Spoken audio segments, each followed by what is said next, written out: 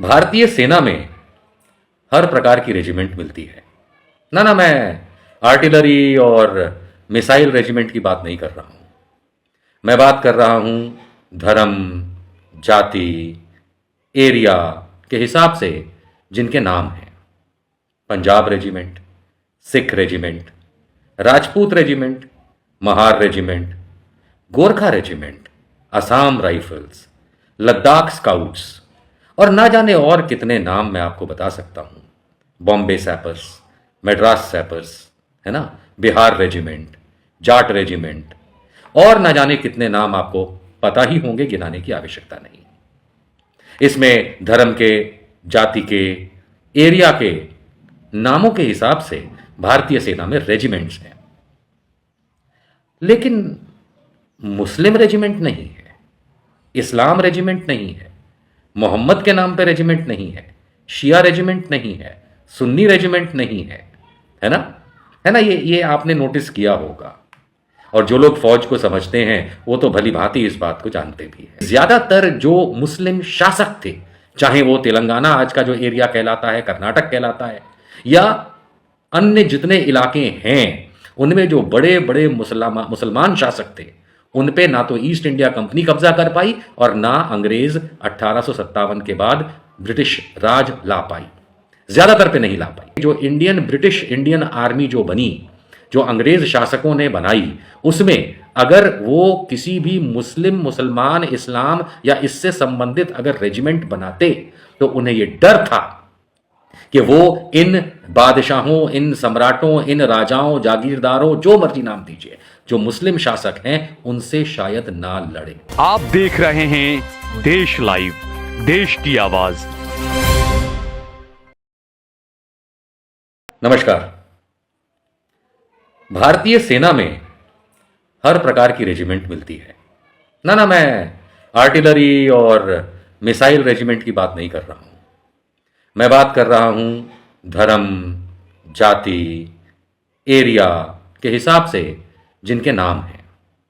Punjab regiment, Sikh regiment, Rajput regiment, Mahar regiment, Gorkha regiment, Assam rifles, Ladakh scouts और ना जाने और कितने नाम मैं आपको बता सकता हूं।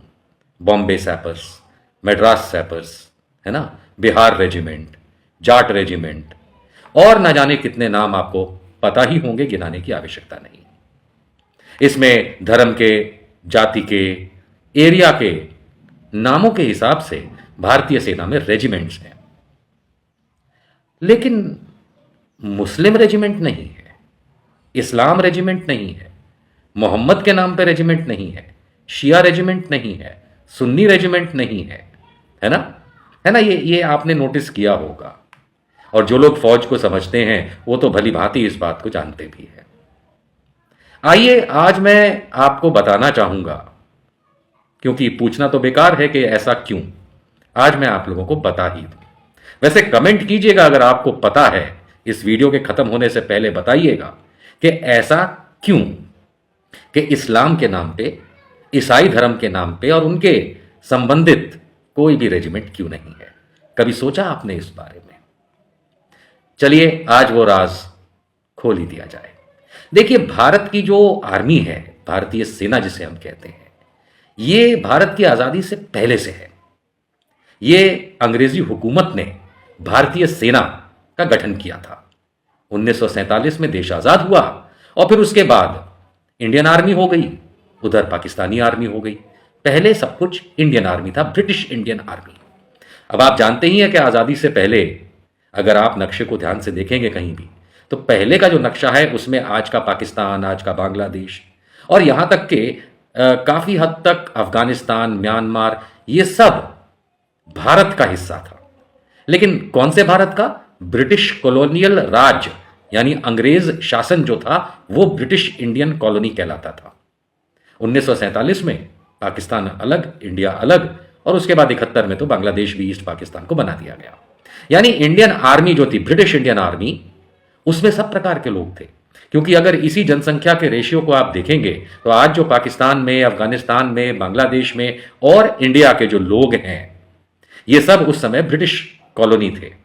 और स्वाभाविक सी बात है कि रेजिमेंट्स के अंदर हिंदू, मुसलमान, सिख, ईसाई सभी हुआ करते थे। तो क्या हुआ ऐसा कि हमारी आर्मी में, इंडियन आर्मी में, इस्लाम और ईसाई मत को लेकर के कोई रेजिमेंट का ना तो नाम है और ना ही कोई रेजिमेंट थी उस समय अंग्रेजों के जमाने में और उसके बाद में। इस बात को समझने के लिए थोड़ा सा हमको और पुराने इतिहास में जाना पड़ेगा। देखिए, इस भूखंड के अगर इतिहास को हम खंगालते हैं तो दो तीन बातें बड़ी साफ होती हैं। अंग्रेज हुकूमत 1857 में आई। उससे पहले ईस्ट इंडिया कंपनी इस भूखंड के काफी हिस्सों पे काबिज थी। उससे पहले मुगल शासन, उससे पहले अफगानी शासन, ये सब हमारे यहाँ पिछले 1000 वर्षों से होता रहा। टीपू सुल्तान के हिंदू जनरल हुआ करते थे, छत्रपति शिवाजी महाराज के मुस्लिम जनरल हुआ करते थे, अकबर के और बाकी मुगल शासकों के हिंदू सेनापति और राजा साथ हुआ करते थे, चाहे बीरबल हो, चाहे सवाई मानसिंह हो इत्यादि। और यहां तक कि महाराणा प्रताप के पास, रानी लक्ष्मीबाई के पास मुसलमान फौज में हुआ करते थे, अच्छे पदों पे ही नहीं, अच्छी लड़ाई करने के लिए। यानी ईस्ट इंडिया कंपनी जब भारत के इस भूखंड पे काबिज हुई तब तक भी बहुत सारे ही नहीं, लगभग सारे के सारे जो रजवाड़े थे, चाहे वो मुस्लिम रजवाड़ा हो, चाहे हिंदू रजवाड़ा हो, चाहे सिख रजवाड़ा हो, उनके पास मिश्रित धर्म के आधार पे सेनाएं होती थी। लेकिन जब ईस्ट इंडिया कंपनी हाहाकार मच गया और ईस्ट इंडिया कंपनी जब हमें इस जमीन पे संभाल नहीं पा रही थी, तब उसने अंग्रेज शासक को, जो कि इंग्लैंड में बैठा था, उसको कहा कि संभाल लो। अब वो उस जमाने का गौतम अदानी कह लीजिए या मुकेश अंबानी कह लीजिए, जो उस जमाने का सबसे बड़ा इस भूखंड का बिजनेसमैन था, वो था ईस्ट इंडिया कंपनी। स्वाभाविक है, अंग्रेज शासक को उससे बहुत बेनिफिट होता था, पैसा मिलता था, टैक्स मिलता था। तो इंग्लिश क्राउन, ब्रिटिश क्राउन यानी कि राजा ने 1857 में ईस्ट इंडिया कंपनी से इस जगह को अपने नाम पे करवा दिया। अब यहां पे ही समझने वाली बात है कि जब ईस्ट इंडिया कंपनी के पश्चात अंग्रेज शासन आधिकारिक तौर पे इस भूखंड पे आया तो उसे सेनाओं की आवश्यकता थी। माना कि कुछ रेजिमेंट्स अंग्रेज पहले ही बना चुके थे धर्म और जाति के नाम पे, लेकिन आधिकारिक तौर पे British army, British Indian army 1857 के बाद कार्यान्वित हुई हमारे भूखंड पे।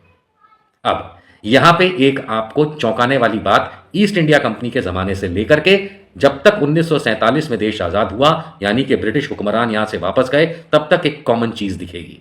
वो कॉमन चीज ये है कि ज्यादातर जो मुस्लिम शासक थे, चाहे वो तेलंगाना आज का जो एरिया कहलाता है, कर्नाटक कहलाता है, या अन्य जितने इलाके हैं, उनमें जो बड़े बड़े मुसलमान शासक थे, उन पे ना तो ईस्ट इंडिया कंपनी कब्जा कर पाई और ना अंग्रेज 1857 के बाद ब्रिटिश राज ला पाई, ज्यादातर पे नहीं ला पाई।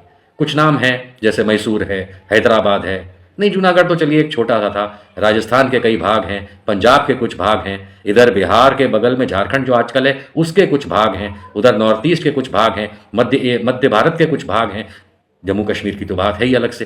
तो बहुत सारे ऐसे रजवाड़े, राजा, बादशाह, सुल्तान अपने अपने एरिया के थे, खास करके मुसलमान, जिन पे अंग्रेज शासन नहीं लाद पाया। तो स्वाभाविक सी बात है कि जो ब्रिटिश इंडियन आर्मी जो बनी, जो अंग्रेज शासकों ने बनाई, उसमें अगर वो किसी भी मुसलमान, इस्लाम या इससे संबंधित अगर रेजिमेंट बनाते तो उन्हें यह डर था कि वो इन बादशाहों, इन सम्राटों, इन राजाओं, जागीरदारों, जो मर्जी नाम दीजिए, जो मुस्लिम शासक हैं, उनसे शायद ना लड़े। लेकिन हां, उनकी सेना में, ब्रिटिश आर्मी की सेना में, जो कि ब्रिटिश इंडियन आर्मी कहलाती थी, उसके अंदर जितने भी ये रेजिमेंट्स रहे, उसमें कई मुसलमान नौकरी करते थे।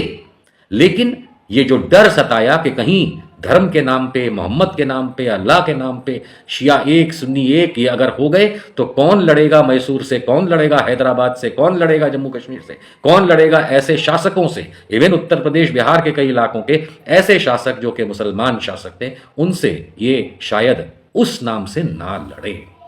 और इसी वजह से उन्होंने इस्लाम और ईसाई धर्म का तो सवाल ही नहीं उठता, भले ही ईसाई धर्म था इंडिया में उस समय भी, लेकिन भाई वो तो खुद क्रिश्चियंस थे तो शायद उस चीज़ को एक्सेप्ट नहीं करते। लेकिन इस्लाम और इस्लाम से संबंधित किसी भी नॉमेनक्लेचर, किसी भी नाम, किसी भी नामावली का उन्होंने इस्तेमाल करते हुए इसीलिए कोई रेजिमेंट नहीं बनाई। 1947 के बाद भारत आज़ाद होता है। इंडियन आर्मी में भी बहुत सारे अच्छे आर्मी के मुसलमान अफसर और अन्य नौकर रहे, आज भी हैं और बहुत दिलेरी से अपना काम करते हैं, उन्हें हमारा सलाम।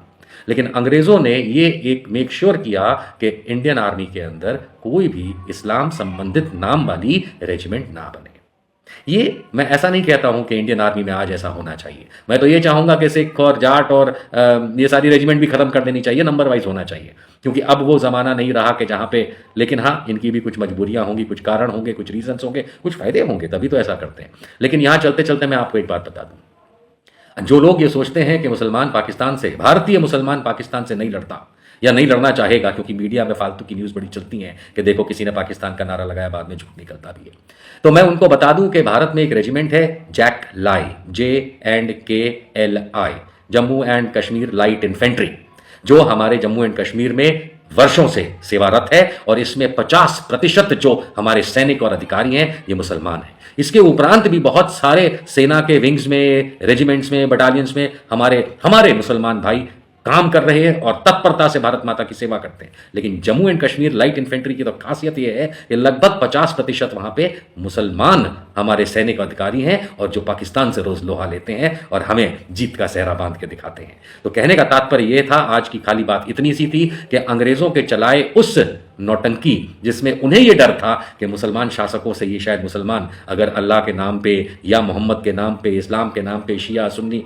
इत्यादि के नाम पे अगर रेजिमेंट बना दी तो कौन हैदराबाद से, कौन मैसूर से, कौन जूनागढ़ से, कौन इन मुसलमान शासकों से लड़ेगा। और ये लोग ये जानते थे कि मुसलमान और हिंदू और साथ ही साथ सिख, ईसाई, बौद्ध, पारसी, जैन सब हमारे हिंदू, हिंदुस्तान, भारत, इंडिया के ही लोग हैं, और इस वजह से इन्हें यह डर था। और आज की तारीख में भी एक जीता जागता रूप हमारे देश की इंडियन आर्मी है, जो धर्म को दूर रखती है, जात पात को दूर रखती है। नाम जो है इनके लिए बस यही सुझाव है कि अब इसको नंबर वाइज कर दें या कुछ और कर दें, वरना इतिहास हमें कहेगा कि हम आगे नहीं बढ़े। हमारी सेना बहुत बलशाली है, हमारे सैनिक बहुत ताकतवर है, और हमारा देश हमेशा अपने जितने भी दुश्मन हैं उनको लोहे के चने चबाते रहेगा, चबाता आया है। ये अंग्रेज शासन था जिसने खाली ये चीज करी। बस जानकारी अच्छी लगी हो तो कमेंट कीजिएगा, और नहीं लगी हो तो भी कमेंट कीजिएगा। जय हिंद।